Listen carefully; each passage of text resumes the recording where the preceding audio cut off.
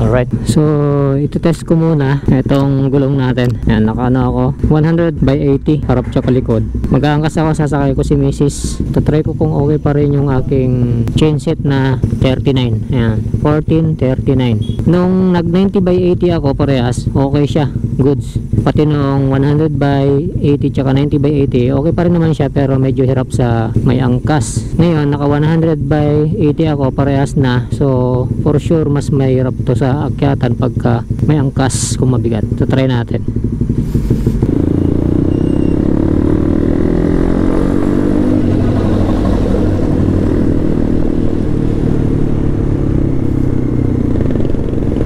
May hatak pa rin naman siya pag naka-buelo, pero sa arangkada medyo tingin ko parang kapos sa arangkada. Sa handling okay siya, maninibago ka lang ng konti. Syempre pag bago kasi yung tire size mo, maninibago ka talaga, pero pag nasanay ka na, okay naman siya. Ang handling na parang yung 90/80 din pagdating sa mga likuan, maganda rin siya iliko. Sa speed naman mga lods, obviously naman na babagal ka talaga kasi may kabigatan tong ano na to, gulong na to.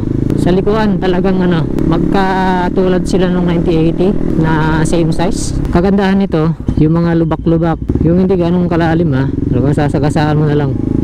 Siguro magdadagdag na lang ako ng ngipin sa likod. Naka 1439 kasi ako ngayon. Siguro magpapalit ako ng mga 1440 or 1441. Tingin ko ang sweet spot na ito 1441 eh. Lalo na dito sa location ko, ganito matraffic lagi. Kailangan mo ng may batak sa arangkada, lalo kung mabigat. Alright, so yan, kumuha lang kami ng kape. Tingin ko magugustuhan ko to.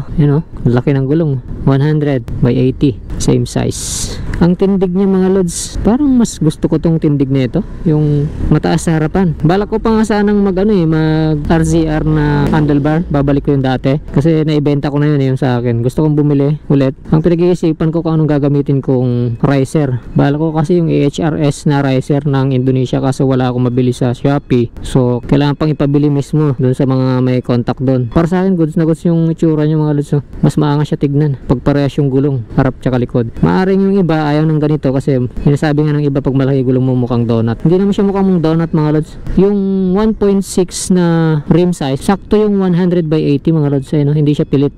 Okay siya. Yun nga lang, mag-adjust ka rito sa height ng fender mo. Pagka wala akong angkas, okay pa siya. Pag may angkas na ako, yun na, doon ko na siya napipil na kailangan magdagdag ng ipin dun sa panglikuran para tumaas yung kanyang torque. Yun na lang yung papalitan ko. Pinagpipilian ko yung 1440 or 1441. Parang mas bet ko yung 1441 kasi malaki na nga yung mga gulong ko. Ayun, yun lang naman mga lods. So ride safe sa lahat mga lods.